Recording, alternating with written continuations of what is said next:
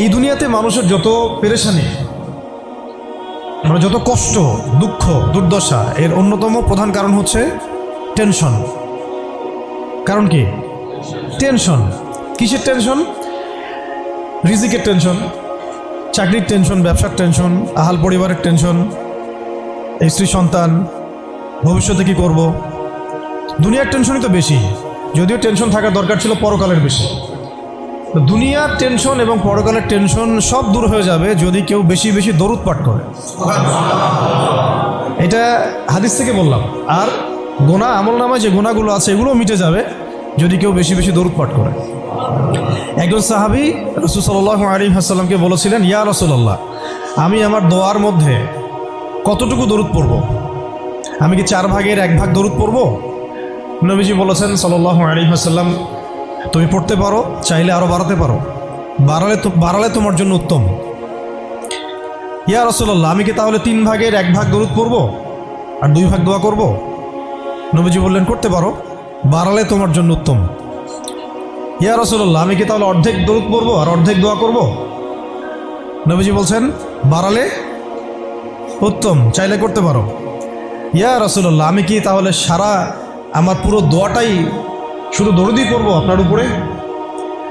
তখন নবী সাল্লাল্লাহু আলাইহি ওয়াসাল্লাম বললেন, যদি তুমি এটা করতে পারো তাহলে তোমার কোনো গুনাহও থাকবে না, কোনো দুশ্চিন্তাও থাকবে না। তো যদি দেখেন যে দরুদ পড়তে পড়তে পড়তে দোয়ার সময় চলে গেছে, এতে আবার মানে মন খুঁতখুত করার কিছু নাই, বরং আপনি সবচেয়ে বেশি লাভবান হয়েছে। আরেকটা আমল আছে, যে আমলটা করতে থাকলে দোয়াগুলো এর মধ্যে চলে আসে এবং আপনি দোয়া করে যেটা হাসিল করবেন ওই আমল দিয়ে তার চেয়ে বেশি হাসিল করে ফেলবেন ইনশাআল্লাহ। সেটা হচ্ছে কোরআন তেলাওয়াত করা। কোরআন তেলাওয়াত করা, এই কয়েকটা আমল কালকে খুব খাস করে খেয়াল রাখতে হবে ইনশাআল্লাহ। জুমার রাতের তো ফজিলত আমরা জানি, বললাম প্রথমে। রাত যেহেতু হয়ে গেছে, আজকে কিয়ামুল লাইল না করে কেউ ঘুমাবো না ইনশাআল্লাহ। আর দ্বিতীয় কথা হচ্ছে, কালকে জুমার প্রিপারেশন ভালো করে নিব। প্রিপারেশন কয়েকটা বললাম। সকাল সকাল মসজিদে আসতে হবে। জুমার খতিব আরবি খুতবা শুরু করবেন, তারপরে ঢুকবেন না, বয়ান শুরু হওয়ার আগেই মসজিদে আসতে হবে ইনশাআল্লাহ। মানুষের সমস্যা থাকতে পারে, ওজর থাকতে পারে, এটা আলাদা বিষয়। এটা হলো প্রথম কথা। সকাল সকাল মসজিদে আসা, গোসল করা, ফরজ গোসলের মতো গোসল করা, তারপরে হচ্ছে উত্তম কাপড় পরিধান করা। উত্তম কাপড় বলতে আমার সবচেয়ে সেরা কাপড়টা। আর আমরা মসজিদে আসি কিন্তু অনেকেই একেবারেই রাফ একটা কাপড় পরে আসি, এটা উচিত হয় না। হাদিসে জিবরিল মিশকাত শরীফে আছে, ওখানে দেখবেন জিবরাইল আলাইহিস সালাম মানুষের রূপ ধরে নবী সাল্লাল্লাহু আলাইহি ওয়াসাল্লামের কাছে এসেছিলেন।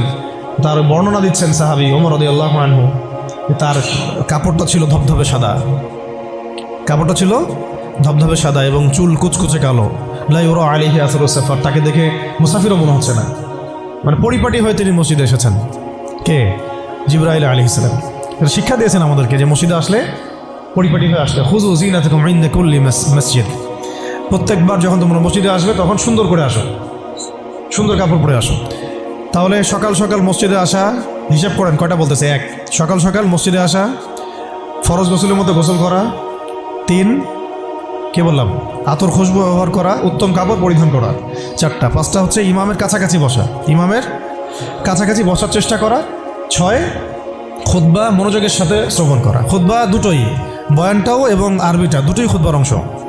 যেহেতু আমাদের দেশের মানুষ মানে আরবিটা বুঝে না, এই কারণে বাংলায় বয়ান করা হয়, কিন্তু খুতবা কিন্তু আরবিতেই, খুতবা কিন্তু আরবিতেই দিতে হয়। অনেকে আবার বলেন যে মাতৃভাষাই খুতবা, এটি নিয়ে একটা ইখতিলাফ সৃষ্টি করে দেয়। এখন বলেন তো দেখি, সারা বিশ্বের মধ্যে কোন ভাষাটা সবচেয়ে বেশি বুঝে মানুষ? ইংরেজি। ঠিক বলছেন। কোন ভাষা সবচেয়ে বেশি বুঝে? তো এখন কি হজের খুতবাটা ইংরেজিতে দেওয়া লাগবে? হ্যাঁ, হজে যে বিভিন্ন জায়গা থেকে মানুষ আসে, এই যে কয়েকদিন আগে হয়ে গেল, হজের খুতবা হয় না? এখন যেহেতু সব ইন্টারন্যাশনাল ভাষা হচ্ছে ইংরেজি, তেমন কি হজের খুতবাটা ইংরেজিতে দেওয়া লাগবে? খুতবা আরবিতেই। খুতবা কিসে? আরবিতেই। ওটা বোঝা আমার দায়িত্ব, আমাকে বুঝতে হবে। বোঝার জন্য আমাকে যদি আরবি শিখতে হয়, শিখতে হবে। এইভাবে ইসলামী খেলাফত যখন কায়েম ছিল তখন আরবি সারা বিশ্বে ছড়িয়ে পড়েছিল, তখন সবাই মোটামুটি আরবি ভাষা বুঝত। যখন থেকে খেলাফত চলে গেছে, জাতীয়তাবাদ চলে আসছে, আর কয়েকটা তন্ত্রমন্ত্র, ওগুলো নিয়ে পরে কথা বলছি। এগুলো যতদিন আমাদের পর্যন্ত মানে মাথাটা খেয়ে ফেলছে আর কি আমাদের, তখন আরবিটাও আস্তে আস্তে শিক্ষা ব্যবস্থা থেকে উঠে গেছে। এখন আপনি এটা ঐচ্ছিক হয়ে গেছে, আগে বাধ্যতামূলক ছিল। তো খুতবা শুনবেন, খুতবা শোনার পরে খুতবা চলাকালীন কাউকে ডিস্টার্ব করা যাবে না।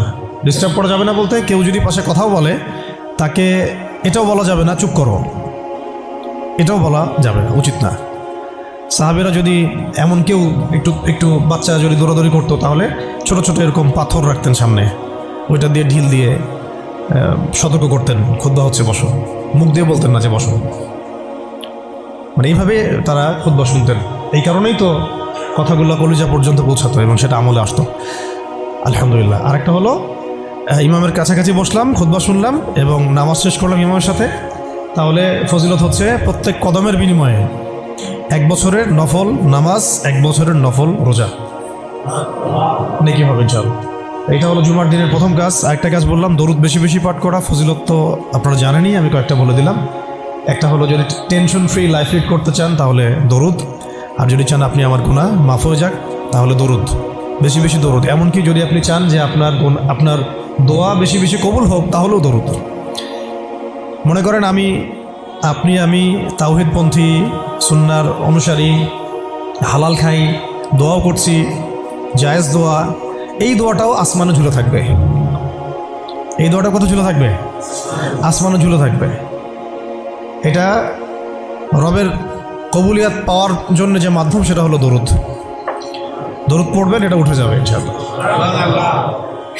যেই নবীর এত বড় শান, এত বড় মর্যাদা, সেই নবীকে আজকে বাংলাদেশের মাটিতে কিভাবে কটূক্তি করা হচ্ছে খেয়াল করছেন? এগুলো নিয়ে কথা বলা হয়। দেখা যায় রাষ্ট্র তো এখন আসলে ইসলামিক রাষ্ট্র আর নাই, ওটা তো একসময় ছিল ইসলামিক খেলাফা। এখন চলতেছে সব আমেরিকান প্রেসক্রিপশনে আর কি। কেউ চালায় ভারতের প্রেসক্রিপশনে, কেউ চালায় আমেরিকার প্রেসক্রিপশনে, কেউ চালায় পশ্চিমাদের প্রেসক্রিপশনে। রাসূল সাল্লাল্লাহু আলাইহি ওয়াসাল্লামের সিরাত অনুযায়ী কেউ রাষ্ট্র চালায় না। তো সিরাত অনুযায়ী রাষ্ট্র চালালে এরকম সাতেমদেরকে ধরে কল্লা নামায় দেওয়া লাগতো। এখন দেধারসে দেখেন যেখানে সেখানে বাকস্বাধীনতার নামে যেই নবীর উপর দরুদ না পড়লে আপনার দোয়া পর্যন্ত কবুল হবে না, সেই নবীকে কিভাবে গালিগালাজ করা হচ্ছে। নাউযুবিল্লাহি মিন যালিক। কি করবেন? প্রতিবাদ করতে গেলে আমরা দেখলাম যে মামলা করা হলো, মামলার পরে সেই আইনের ধারাটাই বাতিল করে দেওয়া হলো। আইনের ওই ধারাই বাতিল করে দেওয়া হলো। কি আইন! নিজের স্বার্থে যখন তখন করাও যায়, আবার বাতিলও করা যায়। এই জন্যই তো আমরা বলি মানব রচিত আইনগুলো হচ্ছে তাগুত। মানব রচিত আইনগুলো কি? তাগুত মানে কি? তাগুত মানে শয়তান। তাগুত মানে কি? শয়তানের একটা ভার্সন, মানে আপগ্রেডেড ভার্সন হচ্ছে তাগুত। প্রোম্যাক্স তাগুত, শয়তান প্রোম্যাক্স, এটা হচ্ছে তাগুত। তো আল্লাহর আইন বাদ দিয়ে যখন মানুষ নিজের আইন রচনা করে তখন এরকম অবস্থা হয়। যে আইন রাসূলের শানে কটূক্তিকারীর বিচার করতে পারে না, সেই আইন আপনাকে সমাজে শান্তি দিবে, ইনসাফ দিবে? এই জিনিসটা আমাদের বুঝে আসতেছে না। এখন আমরা ঘুরে ফিরে আবার সেই ওই তন্ত্র মন্ত্রের পিছনে ছুটতেছি। এখনো শরিয়া ইমারা খেলাফতের কথা আমরা বুঝতে পারতেছি না। তবে বুঝি আর না বুঝি ইনশাল্লাহ সামনে এটা কায়েম হবেই। এটা নিয়ে কোনো সন্দেহ নাই, লা শাক্কা ফি, কোনো সন্দেহ নাই, এটা সামনে কায়েম হচ্ছেই, এটা কেউ ঠেকাতে পারবে না। তো যাই হোক, আরেকটা আমল ছিল জুমার দিন, সেটা হচ্ছে সূরাতুল কাহাফ তেলাওয়াত করা। কোন সূরা? সূরা কাহাফ কোনোভাবেই ছাড়বেন না।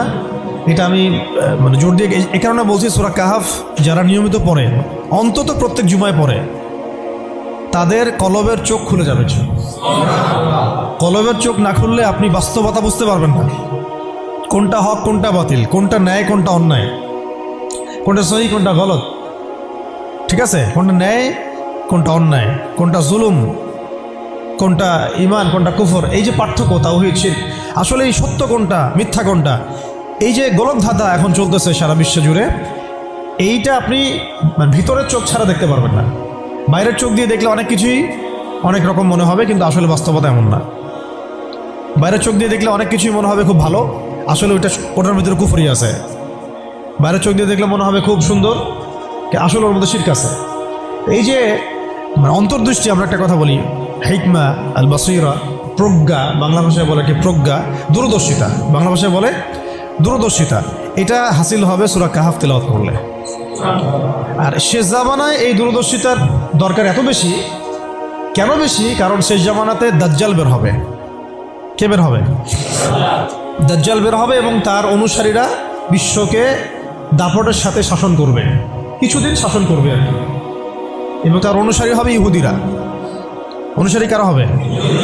অনুসারী হবে 4 রকমের, 4 প্রজাতির মাখলুক আর কি, বলে দিলাম। হ্যাঁ, 4 কি 5? আচ্ছা, একটা হচ্ছে ইহুদিরা, দেখতে পারতেছেন ওরা কি করতেছে ইসরায়েলে, ফিলিস্তিনে। 2 নম্বর হচ্ছে নাসারা, যারা খ্রিস্টান এবং যারা ইহুদিদের সাথে জোট গঠন করেছে, আমরা বলি জায়নিস্ট। 3 নম্বর হচ্ছে মুশরিকরা। মুশরিক যেমন ইসরায়েলের সবচেয়ে বড় বন্ধু এখন ভারত। ইসরায়েলের সবচেয়ে বড় বন্ধু কি এখন? ভারত। 4 নম্বর হচ্ছে মুসলিমদের মধ্যে কিছু মুনাফিক। ঠিক যেমন আরবের ফিলিস্তিনের আশপাশে দেখবেন কিছু রাষ্ট্র আছে মুনাফিকদের দ্বারা শাসিত, এরা ইসরায়েলের বন্ধু। আর 5 নম্বর হচ্ছে এক শ্রেণীর মহিলা, যে মহিলাদেরকে মানুষ ঘরে রাখতে পারবে না, এটা হাদিসের মধ্যে আসছে। এই 4-5টা শ্রেণী দাজ্জালকে অনুসরণ করবে এবং ওই সময় সারা বিশ্বটার মধ্যে সে এমনভাবে ফিতনা ফাসাদ সৃষ্টি করবে, অনেক ইমানদারও ধোঁকা খেয়ে যাবে। ওই ফিতনা থেকে বাঁচার জন্যে আপনাকে সূরা কাহাফ তেলাওয়াত করতে হবে, যেটা নবী সাল্লাল্লাহু আলাইহি ওয়াসাল্লাম বলেছেন যে ব্যক্তি সূরা কাহাফ তেলাওয়াত করবে জুমার দিনে, বা প্রথম 10টা আয়াত মুখস্থ করবে, প্রথম 10টা আয়াত মুখস্থ করবে, আল্লাহ পাক তার জীবদ্দশায় যদি দাজ্জাল বেরো হয়, আল্লাহ পাক তাকে হেফাজত করবে ইনশাআল্লাহ। এই আমলগুলো জুমার দিন ছাড়া ঠিক হবে না কোনোভাবেই। তো প্রতি সপ্তাহে আমলগুলো জারি থাকবে ইনশাআল্লাহ। আল্লাহ পাক সবাইকে করার তৌফিক দান করেন। তো আজকে আমি লম্বা আলোচনা করার সময় পাচ্ছি না, ইনশাআল্লাহ আপনাদের সাথে আবার দেখা হবে ইনশাআল্লাহ। কোনো একদিন দিনের বেলা এসে লম্বা সময় দেওয়ার চেষ্টা করবো ইনশাআল্লাহ। তো আজকে আমি জাস্ট একটা সূরা নিয়ে কথা বলতে যাচ্ছি আপনাদের সাথে, শুধু একটা ছোট্ট সূরা। ইনশাআল্লাহ অন্য কোনো দিন আরও বিষয়ভিত্তিক আলোচনা হবে। এই সূরাটা হচ্ছে সূরা কাফিরুন। কোন সূরা? সূরা কাফির। সবাই জানি না সূরাটা? কিছু বিষয় আছে এই সূরার মধ্যে যেগুলো আমরা অনেকে জানি কিন্তু বুঝতে পারছি না। ওইটা বোঝানোর জন্য আমি একটু পুরাতন আলোচনা নতুন করে করার চেষ্টা করছি আর কি। তার আগে একটা ফজিলত বলি যে সূরা কাফিরুন যে ব্যক্তি রাতের বেলা তেলাওয়াত করবে, ঘুমানোর আগে তেলাওয়াত করবে আর কি, আল্লাহ রাব্বুল আলামিন তাকে শিরকের পাপ থেকে হেফাজত করবেন। মনে রাখবেন যে জাহান্নামে যাবে সবচেয়ে বেশি মানুষ শিরকের পাপের কারণে। কোন পাপের কারণে? শিরকের পাপের কারণে। এবং শিরকের পাপ এমন পাপ যেই পাপটা আল্লাহ রাব্বুল আলামিন ক্ষমা করেন না, ওই অবস্থায় মারা গেলে ক্ষমা করেন না। কিন্তু তওবা করলে, জীবদ্দশায় তওবা করলে ইনশাআল্লাহ মাফ হতে পারে, অবশ্যই হতে পারে। কিন্তু ওই শিরকের পাপ নিয়ে কেউ যদি মারা যায়, আল্লাহ রাব্বুল আলামিন এই পাপটাকে ক্ষমা করবেন না। এটা সূরা নিসার মধ্যে অনেকবার বলা হয়েছে, ইন্নাল্লাহা লা ইয়াগফিরু আন ইউশরাকা বিহি ওয়া ইয়াগফিরু মা দুনা যালিকা লিমান ইয়াশা। নিশ্চয় আল্লাহ রাব্বুল আলামিন শিরকের গুনাহকে মাফ করেন না, কিন্তু অন্য যে কোনো বড় গুনাহ হোক আল্লাহ পাক যাকে ইচ্ছা মাফ করতে পারেন, যাকে ইচ্ছা আল্লাহ মাফ করতে পারেন। এখন এই শিরকের পাপ থেকে বাঁচাবে কোন সূরা? সূরা কাফিরুন। রাতের বেলা তেলাওয়াত করতে হবে অন্তত একবার, অন্তত একবার। রাতের আরও অনেক আমল আছে, এটা তো আপনারা জানেনই। অন্তত পক্ষে এই আমলগুলো করবেন, সূরা ফালাক, নাস, ইখলাস এগুলো পড়বেন। শেষ রাতে মোনাজাত করবেন, 2 রাকাত নফল হলেও পড়ার চেষ্টা করবেন। আল্লাহ পাক সবাইকে তৌফিক দান করেন। আর ঘুমানোর আগে সূরা বাকারার শেষের 2টা আয়াত পড়বেন বা 3টা আয়াত পড়বেন। সারা রাতের ইবাদতের নেকি হয়ে যাবে ইনশাআল্লাহ। 33 বার সুবহানাল্লাহ পড়বেন, 33 বার আলহামদুলিল্লাহ পড়বেন, 34 বার আল্লাহু আকবার পড়বেন। এছাড়াও তো আছে আল্লাহুম্মা বিইসমিকা আমুতু আহইয়া। এছাড়াও আরও অনেক দোয়া আছে, কয়েকটা বললাম। সূরা মুলক তেলাওয়াত করতে পারেন যদি সময় হয়, এবং করা উচিত, কারণ সূরা মুলকের তেলাওয়াত কবরের আযাব থেকে বাঁচাবে ইনশাআল্লাহ। এগুলো আমল করবেন। আমলটা বাড়ানোর চেষ্টা করতে হবে এই কারণে যে যার আমল বেশি তার মধ্যে নূর বেশি, আল্লাহ পাকের মারিফত বেশি, তার মধ্যে দ্বীনের ফিকিরও বেশি থাকবে এবং তার দোয়াও বেশি কবুল হবে ইনশাআল্লাহ। সে আল্লাহকে পাবে, কাছে পাবে। আমল ভালো হলে আখলাক ভালো হবে, আখলাক ভালো হলে তার দ্বারা সমাজ উপকৃত হবে। এবং আমরা খেয়াল করে দেখেছি সিরাতের কিতাবগুলোতে সাহাবায়ে কেরাম জিহাদের মাঠেও মেসওয়াক ছাড়তেন না, জিহাদের মাঠেও মেসওয়াক ছাড়তেন না। মানে আমলে তারা গুরুত্ব দিতেন, খুব বেশি আমলের প্রতিযোগিতা করতেন, কে কত বেশি আমল করতে পারে। একজন সাহাবী খুঁটির সাথে নিজেকে বেঁধে রাখছিলেন, যে ঘুম আসে, নামাজ পড়তে পড়তে ঘুম আসে, খুঁটির মধ্যে বেঁধে রেখেছেন নিজেকে, এটা ঘুমে পড়ে না যান। তো পরে নবী সাল্লাল্লাহু আলাইহি ওয়াসাল্লাম বললেন যে এত মানে অতিরিক্ত কষ্ট না করতে বললেন। আল্লাহ পাক তো সবসময় তোমার ইবাদত কবুল করতে পারেন, নিজের উপর এহসান করো, নিজের শরীরের হক আদায় করো। একজন সাহাবী তো এমন আমল শুরু করেছিলেন যে স্ত্রীর প্রতি তাকানোই বন্ধ করে দিয়েছেন এক সময়, হ্যাঁ তাই না? পরে স্ত্রী এসে অভিযোগ করছে, আমাকে তো আমার স্বামী দেখেই না। তখন নবী সাল্লাল্লাহু আলাইহি ওয়াসাল্লাম ডেকে বললেন যে দেখো, স্ত্রীর হক আছে তোমার উপরে, তার হক আদায় করো, সেটাও সুন্নাত, এটাও ইবাদত। তো এইভাবে সাহাবায়েরা আমলের প্রতিযোগিতা করতে। তো আমাদেরকে আমলের মধ্যে ব্যালেন্স করতে হবে, আমলে ব্যালেন্স করতে হবে, মানে একদিকে ঝুঁকে যাওয়া না, সব আমলগুলো যেন আমার আমলের মধ্যে থাকে, এটা ব্যালেন্স করতে হবে। শুধু তসবি দানা নিয়ে পড়ে থাকবো, জিহাদের কথা বলবো না, এটাও আবার না। আবার শুধু জিহাদের কথাই বলবো, দিন কায়েমের কথাই বলবো, নিজের ইবাদত আমল ঠিক থাকবে না, এমনও না। মানে সব কিছু ব্যালেন্স থাকতে হবে, আকীদা, আমল, সুন্নাহর ইত্তেবা সব ব্যালেন্স থাকবে। সবচেয়ে জরুরি দুইটা বিষয়ে আমরা মাথায় রাখবো, একটা হলো ইবাদত, একটা হচ্ছে দিন কায়েম। একটা হলো ইবাদত, একটা হলো দিন কায়েম। ইবাদত তো ব্যক্তিগত ব্যাপার, এটা জীবনের প্রত্যেকটা ক্ষেত্রে ইবাদত থাকবে, আর দিন কায়েম করতে হবে জীবনের প্রতিটা ক্ষেত্রেই, শুধুমাত্র ব্যক্তিগত জীবনে, ইবাদত বন্দেগীর জীবনে না, আমার অর্থনীতি, ব্যবসা বাণিজ্য, আমার সংস্কৃতি, শিক্ষা এবং রাজনীতির মধ্যেও। আল্লাহ পাক তৌফিক এনায়েত করেন।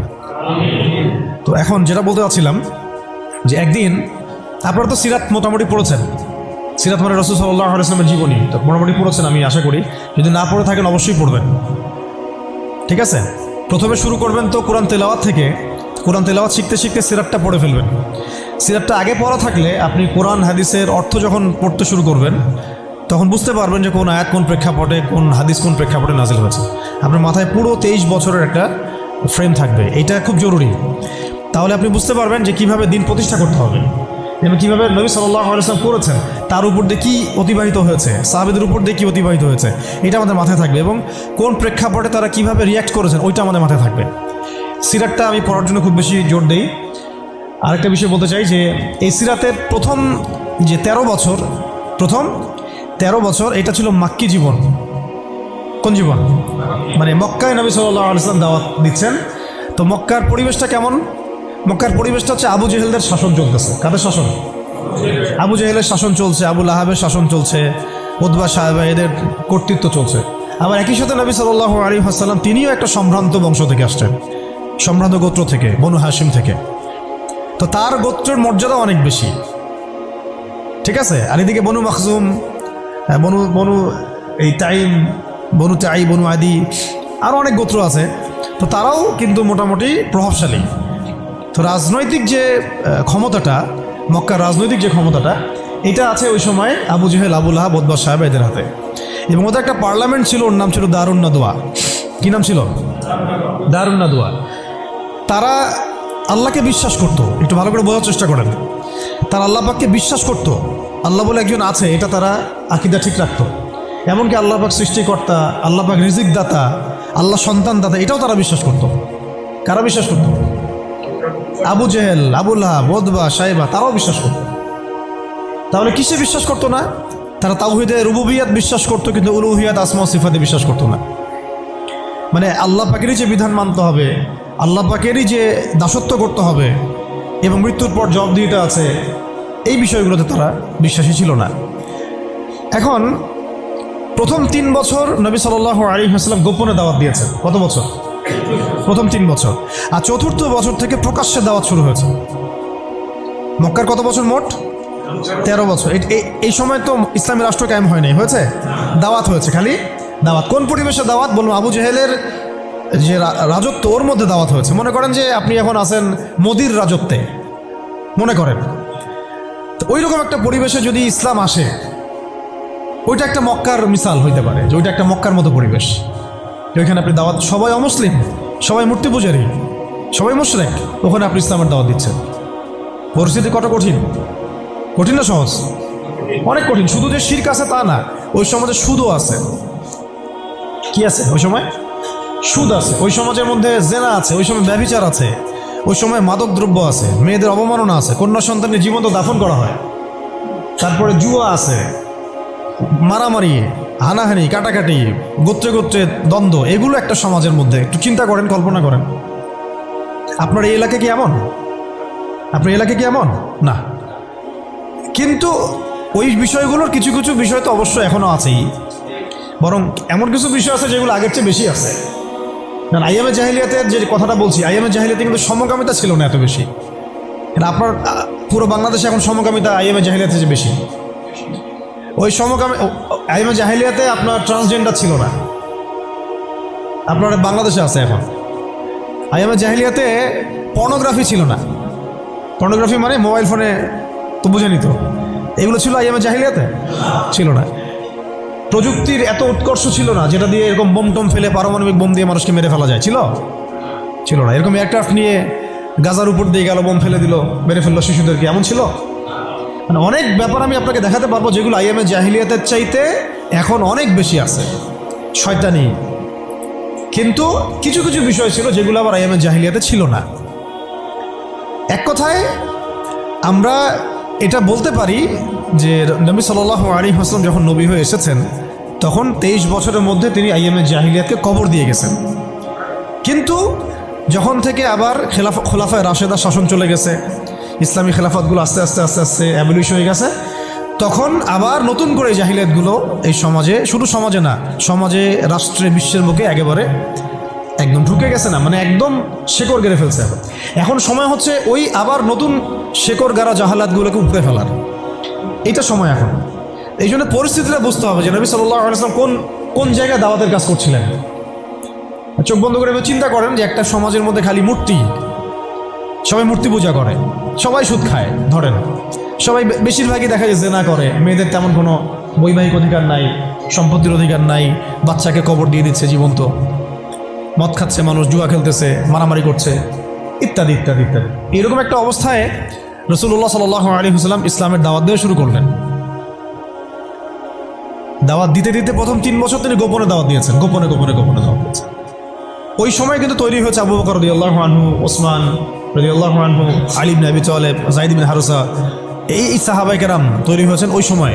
আব্দুল্লাহ বিন মাসউদ, বিলাল ইবনে রাবাহ, এই সাহাবায়ে কেরাম তৈরি হয়েছেন কিন্তু ওই প্রথম 3 বছরেই, 3-4 বছরেই।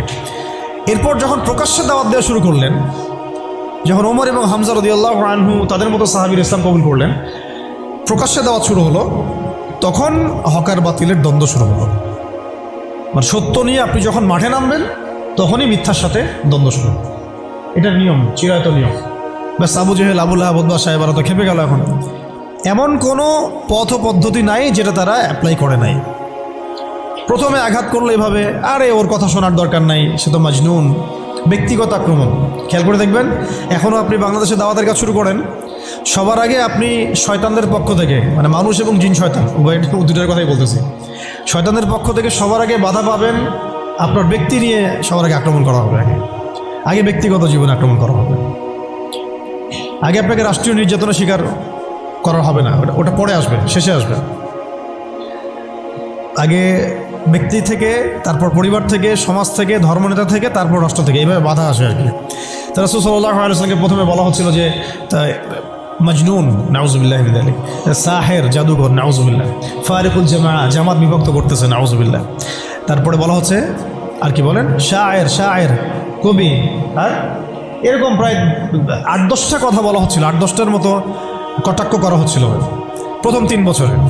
কিন্তু তেমন কোনো শারীরিক নির্যাতন করা হচ্ছিল না প্রথমে, আগে এভাবে ব্যক্তিকেন্দ্রিক আক্রমণ করা হচ্ছে। এরপর আল্লাহ পাক জবাব দিচ্ছেন, কোরআন নাজিল হচ্ছে, প্রত্যেকটার অ্যান্সার আসতেছে কোরআনে, তাই না? দাওয়াতের গতি বাড়তেছে, আলহামদুলিল্লাহ। মানুষ তো একবার ইসলামে আসলে আর ফিরে যাচ্ছে না, জান্নাতের খবর পেয়ে গেছে মানুষ। কোথায় ছিলাম, অন্ধকার থেকে আলোতে চলে আসছে। আর যারা এই নূরের স্বাদ একবার পেয়েছে তারা কি আর ফিরে যাবে? এখনও দেখেন অনেক বড় বড় পাপী মানুষ, আমরা নিজেও দেখেছি, নিজেরা অনুভব করেছি, বহু বড় বড় পাপী মানুষ রাসূল সাল্লাল্লাহু আলাইহি ওয়াসাল্লামের রওজার সামনে গিয়ে সালাম দিয়েই একেবারে তওবা করে খাঁটি মুমিন হয়ে গেছে। বহু মানুষ আছে এমন, অনুভূতি কাজ করে ওখানে গেলে। একটা অনেক পাপী মানুষ ছিল, কাবাঘর ধরে যেই টাচ করছে কাবা ঘরে, চোখ দিয়ে দরদর করে পানি পড়া শুরু হয়েছে, সে তার লাইফকে সংশোধন করে নিয়েছে। আর সেখানে তো সাহাবীরা রাসূলের কাছে যাচ্ছেন, তার দরবারে বসছেন, হাতে হাত রেখে বায়াত করতেছেন, তাকে তার পা ধুয়ে দিচ্ছেন, তাকে উজু করাই দিচ্ছেন, সারাদিন তারা রাসূল সাল্লাল্লাহু আলাইহি ওয়াসাল্লামের সাথেই আছে। কত বড় সৌভাগ্যের বিষয়। এখন প্রথমে যখন দেখা গেল এইসব দিয়ে কাজ হচ্ছে না, তারপর তারা অর্থনৈতিক চাপ দেওয়া শুরু করলো, সামাজিক বয়কট করা শুরু করলো। কারা? কারা? Abu Jahl, Abu Lahab, Utba, Saiba. আমি কিন্তু এই কয়েকটা নাম বলছি, এটা কিন্তু শুধু নাম নয়, এটা একটা ক্যারেক্টার, চরিত্র। আজকের বিশ্ব আবু জেহেল আছে, আবু লাহাব আছে, উতবা সাইবার আছে না? সেম পদ্ধতি তারাও কিন্তু অবলম্বন করতেছে ইসলামকে দমন করার জন্য। সেম এটা মিলাই নেবেন আপনারা সিরাত থেকে। এবার শুনেন, অর্থনৈতিক চাপ দিয়ে কোনো কাজ হচ্ছে না, ব্যক্তিগত আক্রমণ করে কাজ হচ্ছে না, শারীরিক নির্যাতন করেও কাজ হচ্ছে না। সাহাবীদেরকে মেরে ফেলা হচ্ছে, সুমাইয়া রাদিয়াল্লাহু আনহাকে মেরে ফেলা হয়েছে না, শহীদ করা হয়েছে। তারপরে ইয়াসির রাদিয়াল্লাহু আনহুকে শহীদ করা হয়েছে মক্কায়। এরকম সাহাবীদেরকে নির্মম নির্যাতন করা হচ্ছে। বেলাল রাদিয়াল্লাহু আনহুকে পিটানো হচ্ছে, উসমান রাদিয়াল্লাহু আনহুকে পর্যন্ত মারা হয়েছে, আবু বকর রাদিয়াল্লাহু আনহুকে উতবা মেরেছে একদিন, লাআনাহুল্লাহ। এখন শারীরিক নির্যাতন করে কোনো কাজ হচ্ছে না, ঈমান থেকে সরানো যাচ্ছে না, অর্থনৈতিক বয়কট করে কাজ হচ্ছে না। 3 বছর বয়কট করে দিল বনু হাশেমকে, মনে আছে আপনাদের? গাছের ছালপাতা খেয়ে তারা থাকলেন শিয়াবে আবু তলেবে। 3 বছর বয়কট, সমাজ থেকে বয়কট, গালিগালাজ করে কোনো কাজ হচ্ছে না, এমনকি জীবন কেড়ে নিয়েও, জান নিয়েও কোনো কাজ হচ্ছে না। এই আন্দোলন, এই লা ইলাহা ইল্লাল্লাহ মুহাম্মাদুর রাসূলুল্লাহ বিপ্লবী কালিমাকে থামানো যাচ্ছে না। কোন পরিবেশে? আমাদের মতো অনুকূল পরিবেশে না, মনে করেন ভারতের মতো প্রতিকূল পরিবেশে। মনে করেন, বোঝানোর জন্য বললাম যে একটা গভর্নমেন্ট আছে, সে চরমভাবে ইসলাম বিদ্বেষী, সে তার গুন্ডা পান্ডা দিয়ে মুসলিমদেরকে পিটাচ্ছে আর মারতেছে, এখন যেখানে সেখানে দেখতেছেন না? রাষ্ট্রীয়ভাবে মুসলিম দমন হচ্ছে। একটা তো হলো রাষ্ট্রীয়ভাবে না, মানে অরাজনৈতিকভাবে কেউ ইসলামের বিরোধিতা করতেছে, সেটা আলাদা ব্যাপার। একটা হচ্ছে রাষ্ট্রীয়ভাবে ইসলামকে দমন করা হচ্ছে। কোথায়? ভারতে, সবাই জানি। তো রাষ্ট্রীয়ভাবে দেখেন গাজাকে আজকে ধ্বংসস্তূপে পরিণত করা হলো বৈশ্বিকভাবে। জাতিসংঘের প্রত্যক্ষ মদত এগুলো হয়েছে, আমেরিকার প্রত্যক্ষ সহযোগিতা এগুলো হয়েছে, পশ্চিমাদের প্রত্যক্ষ মদত এগুলো হয়েছে। এখন কথা হচ্ছে, আপনাকে পরিস্থিতিটা বুঝতে হবে যে আবু জেহেল, আবু লাহাবদের অবস্থা কেমন ছিল, ওই সমাজটার অবস্থা কেমন ছিল। প্রতিকূল পরিবেশে দাওয়াতের কাজ করা হচ্ছে, তারা একটার পর একটা অস্ত্র প্রয়োগ করছে, কিন্তু কোনো অবস্থাতেই মুসলমানদেরকে থামানো যাচ্ছে না। তাদের সংখ্যা কি বাড়ছে না কমছে? মুসলিমদের সংখ্যা বাড়ছে না কমছে? আবার বলেন, মুসলিমদের সংখ্যা কি বাড়ছে না কমছে? বাড়ছে আর বাড়ছে আর বাড়ছে, দিন দিন বাড়ছে। কত নির্যাতন হচ্ছে, শারীরিকভাবে মারা হচ্ছে, অর্থনৈতিক নিষেধাজ্ঞা দেওয়া হচ্ছে, সমাজ থেকে বয়কট করা হচ্ছে, তারপর সম্পত্তি থেকে বঞ্চিত করা হচ্ছে, বাবা ছেলেকে তাড়াই দিচ্ছে, মা ছেলেকে তাড়াই দিচ্ছে। কি একটা অবস্থা!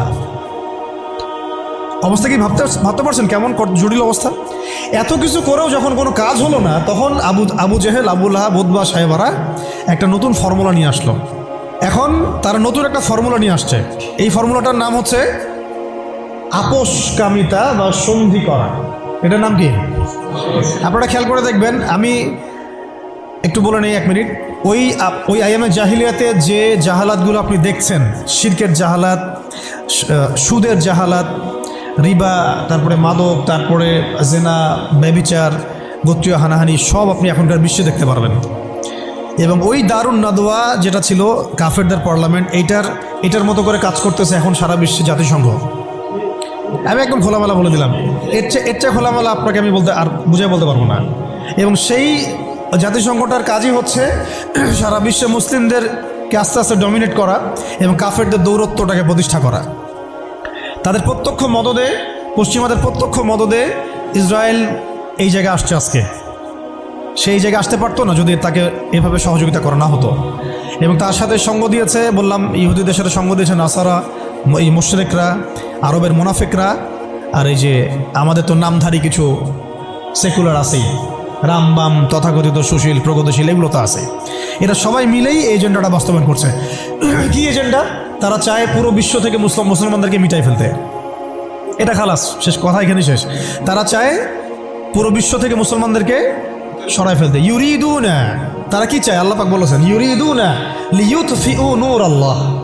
তারা চায় আল্লাহ পাকের নূর, মানে আল্লাহর যে আলো, মানে ইসলাম, এই দ্বীন ইসলাম, এটাকে মুখের ফুৎকারে নিভাই ফেলতে চায় তারা। কিন্তু আল্লাহ পাক বলেছেন, আল্লাহু ইউতিম্মু নূরাহু, কিন্তু আল্লাহ পাক তার নূরকে প্রজ্বলিত করবেন। ওয়ালাউ কারিহাল কাফিরুন ওয়া ফি আয়াতিন উখরা ওয়ালাউ কারিহাল মুশরিকুন। সূরা তাওবায় আছে, সূরা সফে আছে। এক জায়গায় বলা হয়েছে যদিও কাফেররা এটা পছন্দ করবে না, আর একবার বলা হচ্ছে মুশরিকরা এটা পছন্দ করবে না। ওদের এজেন্ডা এটা স্পষ্ট। এই same agenda Abu Jahl, Abu Lahab, Utba সাহেবেরও ছিল, কিন্তু তারাও কিন্তু পারে নাই। পারছে? এত কিছু করেও তারা পারে নাই। আপনি খেয়াল করে দেখবেন, যখন এই পরাশক্তিরা মুসলমানদের সাথে কোনো কোনো জায়গায় পেরে ওঠে না, তখন তারা কিন্তু সন্ধির কথা বলে, সাম্যের কথা বলতে আসে, মানবতার কথা বলতে আসে, তাই না? ঐক্যের কথা বলতে আসে, মৈত্রীর কথা বলতে আসে। যখন দেখে যে মুসলমানদের হাতে খুব মাইর খাচ্ছে, যেমন ধর সিরিয়াতে বেশ মাইর খাইছে, মাঝে মাঝে হামাসের কাছে মাইর খাচ্ছে, যখন মাইর খায় পারে না তখন বলে যে যুদ্ধবিরতি চাই।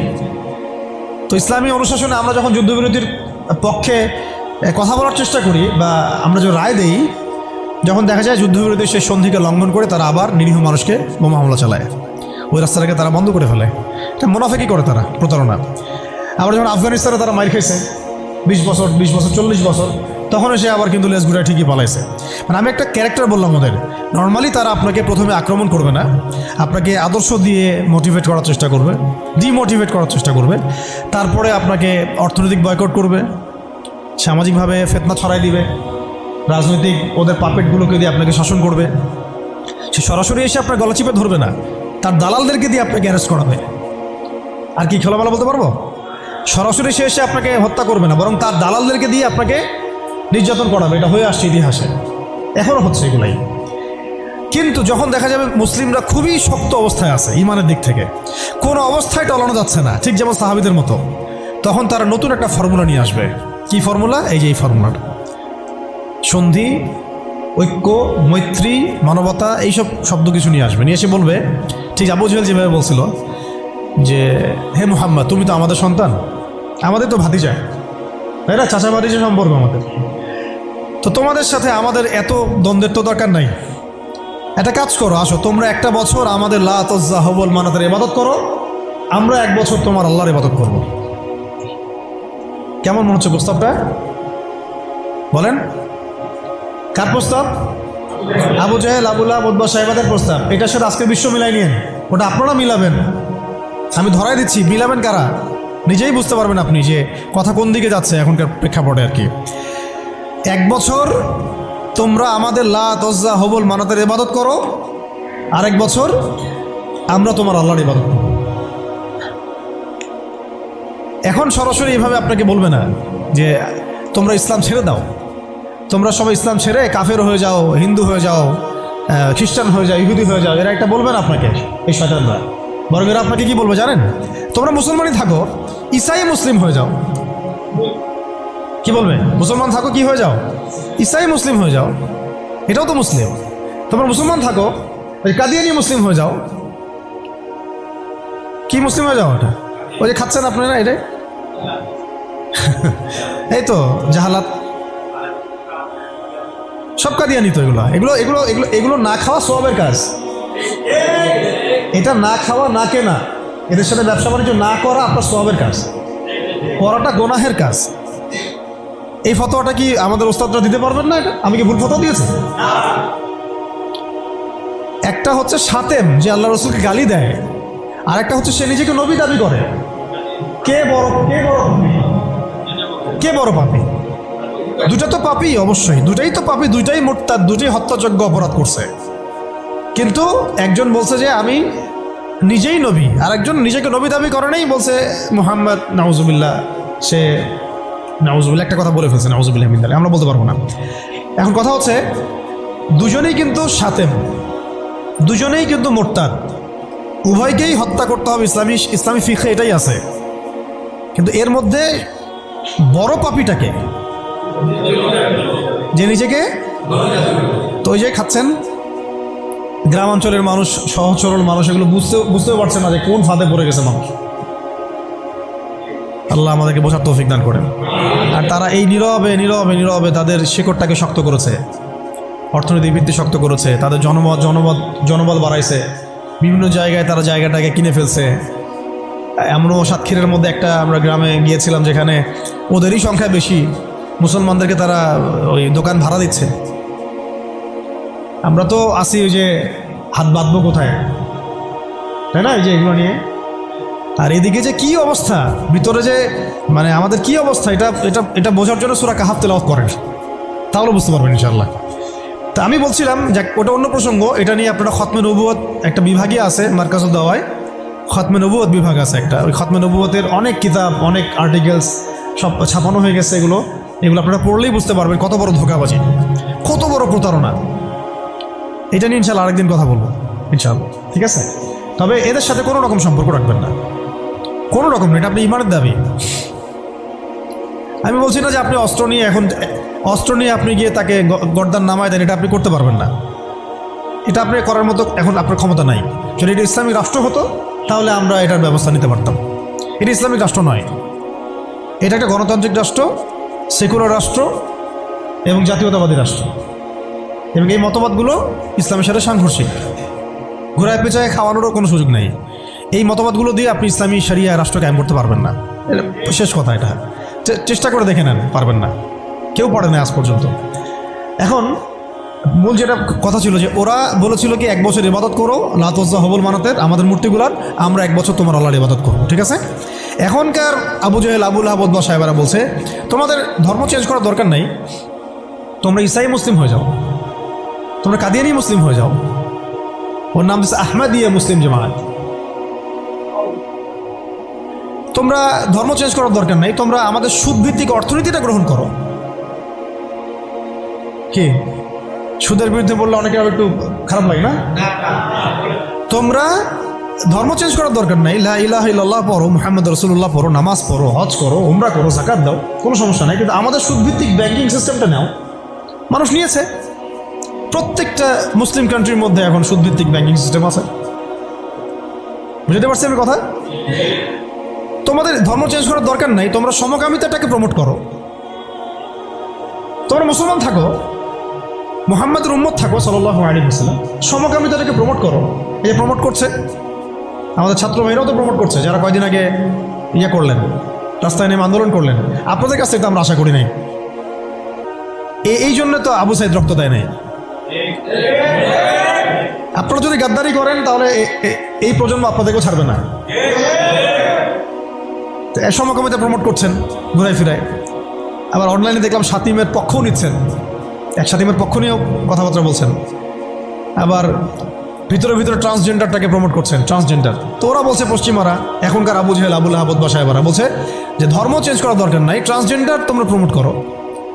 ট্রান্সজেন্ডার কি? বাহিরে অন্ডকোষ আছে, মন নাকি মেয়ে মেয়ে করে। আর কি খোলামেলা বলবো? এটা এখন আস্তে আস্তে লিগালাইজ হয়ে যাচ্ছে, দিন দিন নর্মাল হয়ে যাচ্ছে, নর্মালাইজ হয়ে যাচ্ছে এগুলো। যেমন সুদ আগে ছিল, মানুষ খাইলে একটু করতো, আরে আমি সুদখোর, মানুষ আমি সুদখোর বলবে। আস্তে আস্তে কমন হয়ে গেল, সবাই খাওয়া শুরু করলো, এটা নর্মাল হয়ে গেল। এখন ট্রান্সজেন্ডার দেখবেন কেউ ট্রান্সজেন্ডার হচ্ছে, তাই না? এটাকে মানুষ নিন্দার চোখে দেখছে। আল্লাহ না করুক দেখবেন কয়েকদিন পরে দেখবেন এটাও নর্মাল হয়ে গেছে। আল্লাহ না করুক।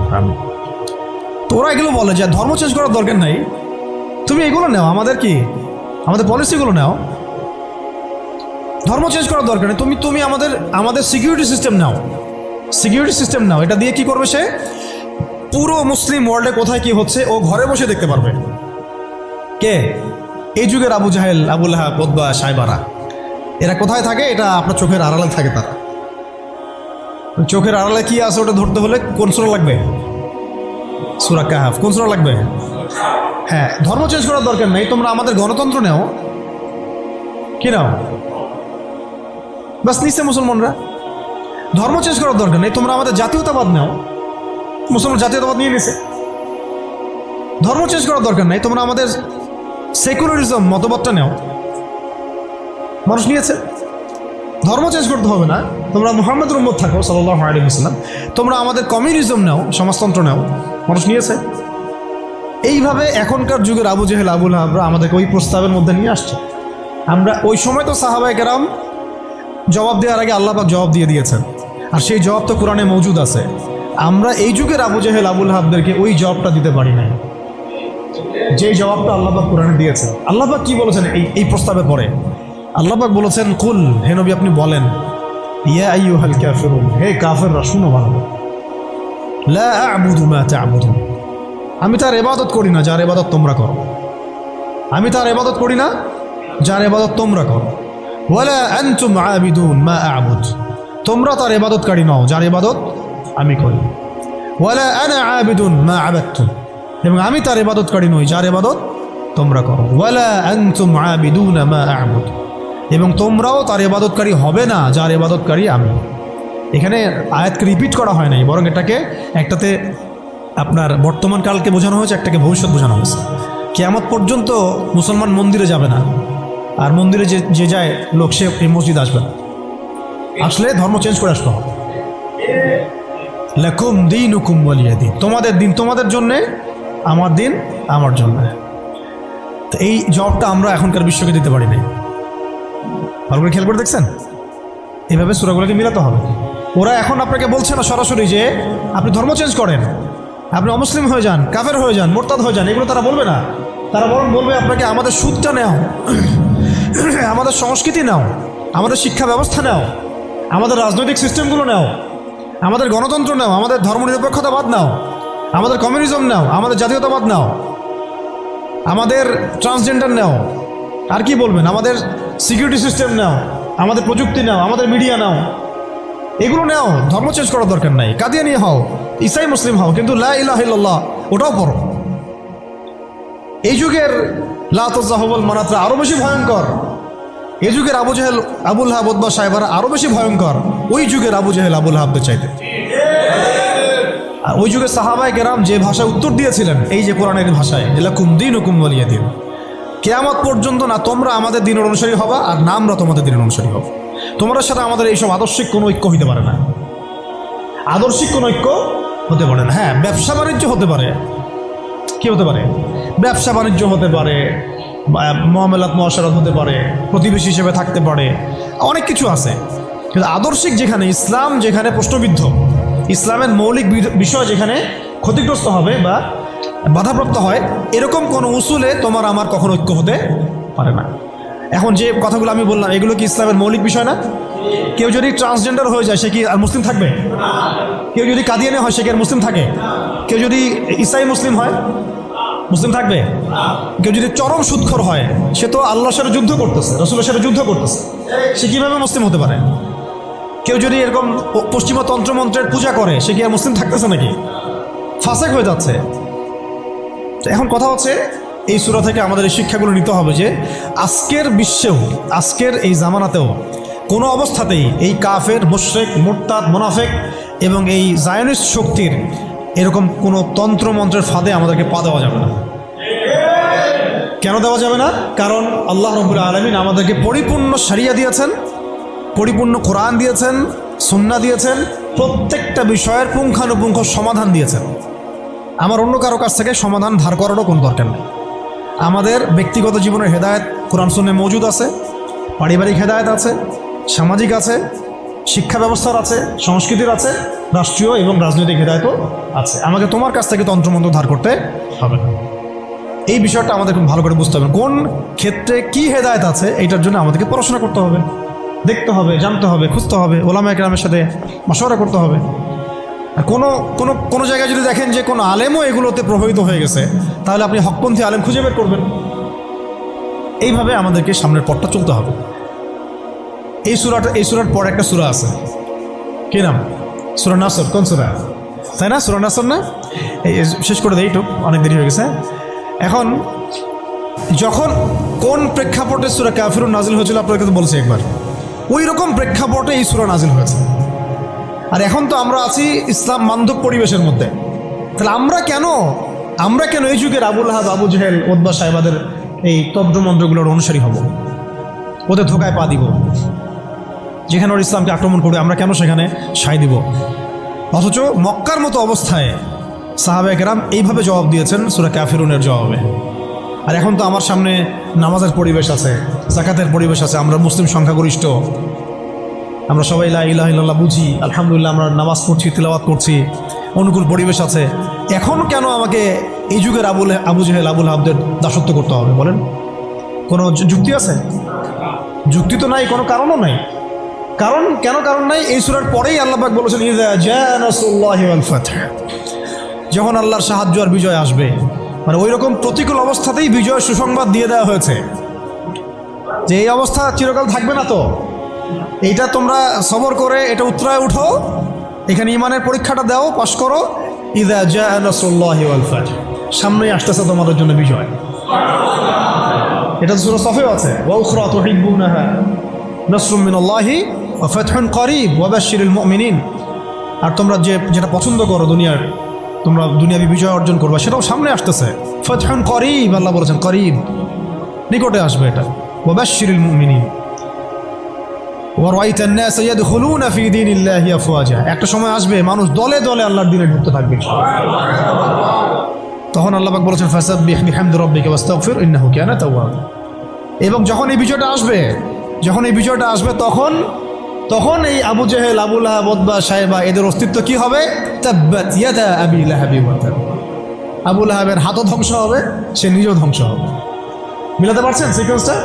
এইভাবে আসছে বিষয়টা। যখন এই বিজয় আসবে তখন এই সব আবু লাহাব ধ্বংস হয়ে যাবে। আবু লাহাব এখানে শুধু একজন ব্যক্তি নয়, আবু লাহাব এখানে একটা রূপকথা, একটা উপমাও বটে। প্রত্যেক যুগে যুগে আবু লাহাব থাকবে। এই যুগের আবু লাহাব কারা জানেন? যারা সুদ ভিত্তিক এই ব্যাংকিং সিস্টেমের এই হর্তাকর্তা, এরা হচ্ছে এই যুগের আবু লাহাব। মা আগনা আনহু মালুহু ওয়া মা কাসাব, তাদের এইসব হারাম মাল কোনো কাজে আসবে না, এবং তারা এগুলো যেটা অর্জন করেছে এটা কোনো কাজে আসবে না। সায়াসলা নারান যাতা লাহাব, আগুনে প্রবেশ করবে তারা। ওয়া ইমরাতুহু, এবং তার স্ত্রীও। এখানে স্ত্রী মানে শুধু স্ত্রী না, স্ত্রী মানে কিন্তু সহযোগী। স্ত্রী মানে কি? সহযোগী। এরা কিন্তু একা কাজ করে না, আমি বললাম না একজনের সহযোগী। ইহুদিদের সহযোগী নাসারারা। আমেরিকা ছাড়া ইসরায়েল চলতে পারে নাকি? আমেরিকা ছাড়া ইসরায়েল চলতে পারবে? আমরা তো এতই সুশীল মার্কা প্রতিবাদ করি অনেকে, যে ইসরায়েলের বিরুদ্ধে কথা বলি, এদিকে আবার আমেরিকাকে খুশি রাখি। এ আবার কোন মুনাফিক? এটা আবার কোন মুনাফিক রে ভাই? সাপের মাথা তো আমেরিকা। ও তাকে অস্ত্র দেয়, সে তাকে প্রযুক্তি দেয়, সে তাকে সমরাস্ত্র দেয়, সে তাকে সাপোর্ট দেয়, সে তাকে মানে লাইসেন্স দেয় যে তুমি মারো, মুসলমানদেরকে মারো। জবাবদিহিও করারও দরকার নেই বিশ্বের সামনে। তারা কি জবাবদিহি করে? আমরা মারছি, আমাদের খারাপ লাগছে বলছে? সে বলে যে প্রত্যেকটা বাচ্চাকে মেরে ফেলাবো আমরা। বাচ্চাকে কেন মারে জানেন? এটা শুনে রাখেন। বাচ্চাকে হত্যা করছিল ফেরাউন, হ্যাঁ, কার আগমন ঠেকানোর জন্যে? হ্যাঁ, মাশাআল্লাহ, মুসা আলাইহিস সালামের আগমন ঠেকানোর জন্য। কারণ তাকে বলা হয়েছিল একটা ছেলে আসতেছে, তোমার সিংহাসন নড়াই দিবে একদম। তখন ওই ইউযাব্বিহুনা আবনাআকুম ওয়া ইয়াসতাহয়ুনা নিসাআকুম শুরু করলো। আবার ঈসা আলাইহিস সালামের আগমন ঠেকানোর জন্য তৎকালীন সময়কার বাচ্চাদেরকে হত্যা করেছিল। এখনকার এই দাজ্জালের অনুসারী এই জায়নিস্টরা কেন গাজ্জার বাচ্চাদেরকে হত্যা করতেছে জানেন? হ্যাঁ, এক্স্যাক্টলি, তারা ইমাম মাহাদির আগমন ঠেকাইতে চায়। কিন্তু আল্লাহ পাক ওইখানেই মাহাদিকে ঢুকাই দিবেন ইনশাআল্লাহ। এটা বললাম ওই সূরা কাফিরুনের হালতের উপরে অটল থাকেন। ইযা জাআ নাসরুল্লাহি ওয়াল ফাতহ, এটা আসতে যাচ্ছে। যখন আসবে তখন এই যে তাব্বাত ইয়াদা আবি লাহাবি ওয়া তাব, যত আবু লাহাব আছে সব ধ্বংস হয়ে যাবে ইনশাআল্লাহ। এমনও আসছে যে চেইন দিয়ে, শিকল দিয়ে বেঁধে ওদেরকে জেরুজালেমে নিয়ে যাওয়া হবে ইনশাআল্লাহ। মুসলিম বাহিনী এইভাবে বিজয় হবে ইনশাআল্লাহ। সামনে আসবে এটা। আর ওই যে ওয়ামরাতু, এটা কিন্তু খেয়াল রাখবেন, এটা তো স্ত্রী আছেই ওখানে, তো ওই ক্ষেত্রে এটা ঠিক আছে। আবার এটা অর্থ যে এখানে সহযোগী বোঝানো হচ্ছে। সহযোগী দেখবেন জালেমদের সহযোগী থাকে, ইহুদিদের সহযোগী এখানে নাসারারা। ইয়া আইয়ুহাল্লাযীনা আমানু লা তাত্তাখিযুল ইয়াহুদা ওয়ান নাসারা আউলিয়া, ইহুদি খ্রিস্টানদেরকে বন্ধুরূপে গ্রহণ করো না। বা'দুহুম আউলিয়াউ বা'দ, এরা একে অপরের বন্ধু। লা তাত্তাখিযুল ইয়াহুদা ওয়ান নাসারা আউলিয়া, ওদেরকে বন্ধুরূপে গ্রহণ করো না তোমরা। বা'দুহুম আউলিয়াউ বা'দ, এরা একে অপরের বন্ধু। দেখছেন সহযোগী? ওয়া ইমরাতুহু, তার স্ত্রীও যাবে কোথায়? জাহান্নামে। হাম্মালাতুল হাতাব, হেল্প করতো তাকে। কি করতো? খড়কুটা নিয়ে এসে ডিস্টার্ব করতো না নবী সাল্লাল্লাহু আলাইহি ওয়াসাল্লামকে, ফেলে রাখতো, কষ্ট দিত। ওরাও এখন দেখেন আল্লাহর দিনকে কষ্ট দেয়, রাসূলুল্লাহ সাল্লাল্লাহু আলাইহি ওয়াসাল্লামকে কষ্ট দেয়। সহযোগী কারা? ইহুদিদের সহযোগী দেখবেন, মানে মূল তো শয়তানটা দাজ্জাল। আমাদের সামনে কিন্তু আমার ইবলিসের সাথে লড়াই না, আমাদের সামনে দাজ্জালের সাথে লড়াই আর কি।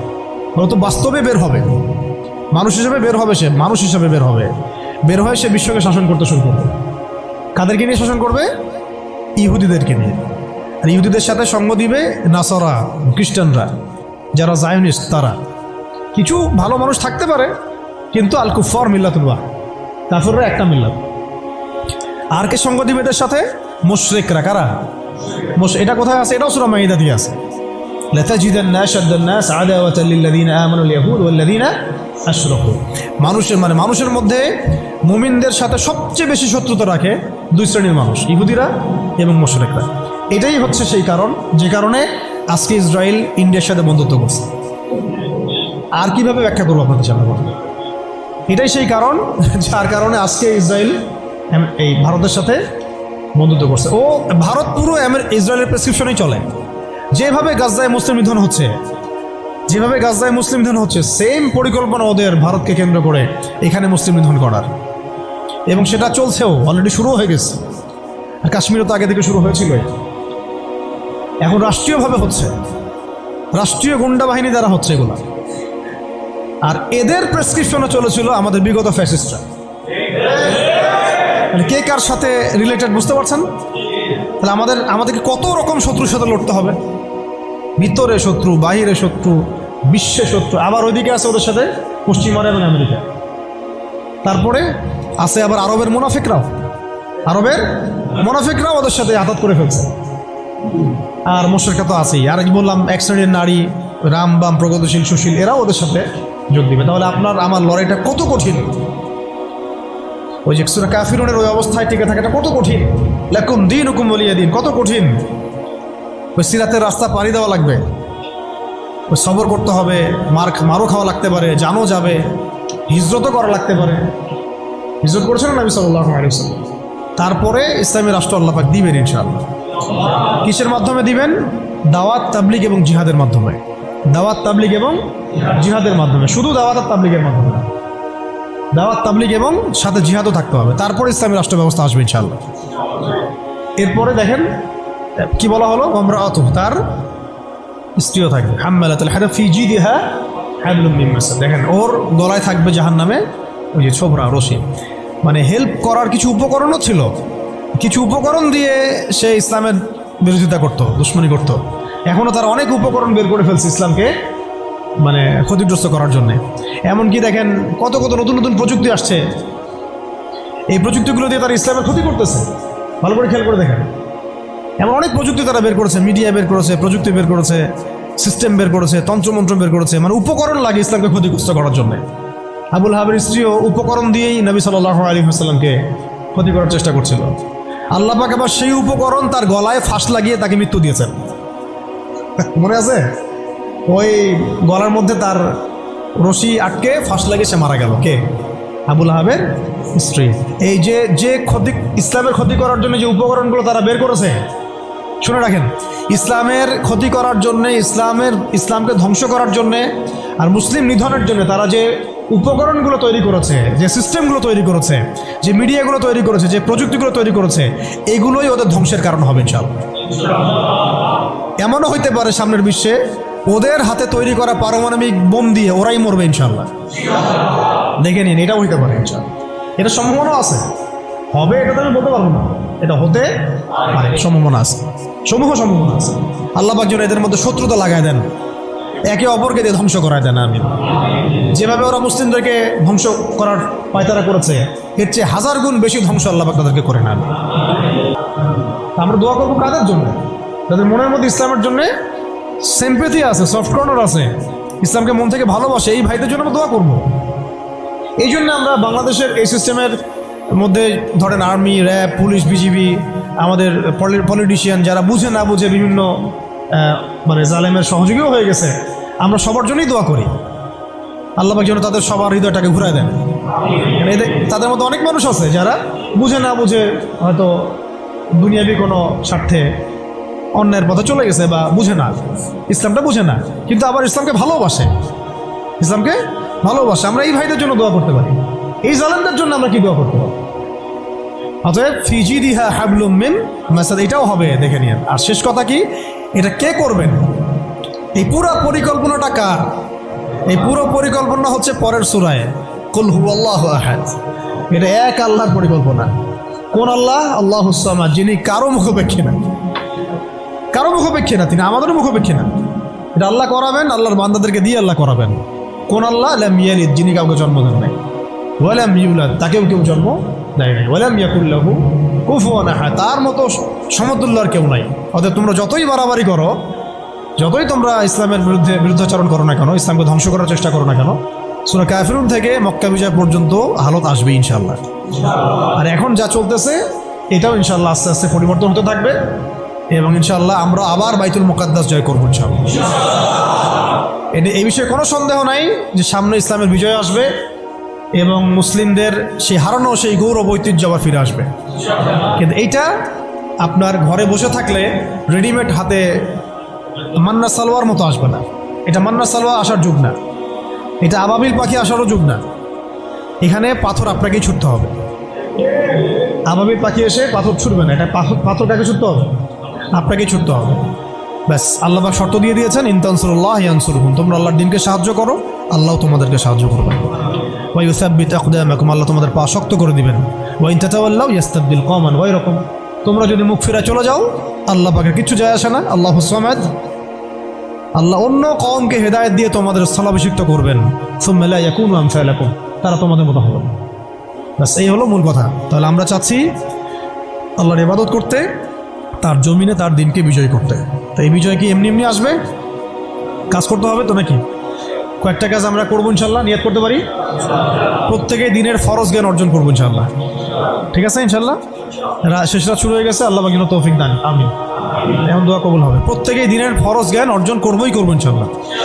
আমল বাড়াই দিব ইনশাল্লাহ, হালাল হারাম মেনে চলবো ইনশাল্লাহ। আমাদের পরিবারের পর্দার ব্যাপারে খেয়াল রাখবো, আমাদের শিক্ষার ব্যাপারে খেয়াল রাখবো এবং জীবনের একটা নির্দিষ্ট ক্ষেত্রে ইবাদত করবো এমন না, পুরো জীবনটাকেই সুন্নাহ ভিত্তিক ঢেলে সাজাবো ইনশাল্লাহ। এর পাশাপাশি প্রত্যেকটা এলাকায় আপনারা ঐক্যবদ্ধ থাকবেন, জামায়াবদ্ধ থাকবেন। এখন তো আর ওই অবস্থা নাই যে একজন আমির আর সবাই মামুর হয়ে আছে, এমন তো অবস্থা নাই। তাই প্রত্যেকটা অঞ্চলেই তাওহীদপন্থী মানুষরা একসাথে থাকবেন ইনশাআল্লাহ। আর ইসলামপন্থী যে ভাইরা আছেন, বিভিন্ন দল সংগঠন করছেন, তাদের সাথে মিলেমিশে থাকবেন। একে অপরের সাথে কোনো কাটা ছোড়াছড়ি বা কোনো রকমের দ্বন্দ্বে যাবেন না। তাদের দ্বারা ইসলামের উপকার হলো তো আলহামদুলিল্লাহ। কিন্তু যদি দেখা যায় তারাও এইসব তন্ত্রমন্ত্রের ধোকায় পড়ে গোলক ধাঁধায় হারায় যান, এতে আল্লাহর কিছু যায় আসবে না। আল্লাহ পাক শরিয়া কায়েম করাই দিবেন ইনশাআল্লাহ। তারাও বুঝতে শিখবে, বুঝতে পারবে যে এইসব পশ্চিমা তন্ত্রমন্ত্র দিয়ে শরিয়া কায়েম হবে না। অন্ততপক্ষে কিছু যদি উপকার হয় তাহলে তাও তো ভালো, ইসলামের জন্য ওইটুকু ভালো। নাইম আমার চেয়ে তো কালাম আমার ভালো বলি কথা। শেষ কথা হচ্ছে, এইগুলোর সাথে আমাদের ব্যাপক দাওয়াতের কাজ লাগবে, ব্যাপক দাওয়াতের মেহনত লাগবে এবং প্রয়োজনে জিহাদের প্রস্তুতি রাখতে হবে। এই কাজগুলো মানে একত্রিত হলে ইনশাল্লাহ দেখবেন সূরা কাফিরুন থেকে মক্কা বিজয় ইনশাল্লাহ হয়ে যাবে। আচ্ছা, এইগুলো আমি আবেগ থেকে কথা বলেছি এমন না, এটা বাস্তব ছিল, অতীতেও হয়েছে এবং প্রত্যেক শতাব্দীতে ইসলাম বিজয়ী ছিল, এই শতাব্দীতেও হবে ইনশাল্লাহ। আল্লাহ পাক যেন সেই কাফেলায় আমাদেরকে কবুল করেন। আল্লাহ পাক যেন আমাদের মধ্যে যারা ইখলাস রাখেন, মনের মধ্যে ইখলাস রাখেন, সেই প্রত্যেক ভাইকে আল্লাহ পাক সেই মাকবুল জামায়াতের মধ্যে, মাকবুল কাফেলার মধ্যে কবুল ও মঞ্জুর করে নেন। হয় আমরা এই মিশনে হাঁটতে হাঁটতে আমরা হয় শহীদ হয়ে যাব, না হলে ইনশাল্লাহ আমাদের হাতে আল্লাহ পাক বিজয়ের পতাকা দিয়ে দিবেন। ব্যাস, সবাই একটা দোয়া পড়েন আমার সাথে। সুবহানাকা আল্লাহুম্মা ওয়া বিহামদিকা আশহাদু আল্লা ইলাহা ইল্লা আনতা আস্তাগফিরুকা ওয়া আতুবু ইলাইক। আসসালামু আলাইকুম ওয়া রাহমাতুল্লাহ।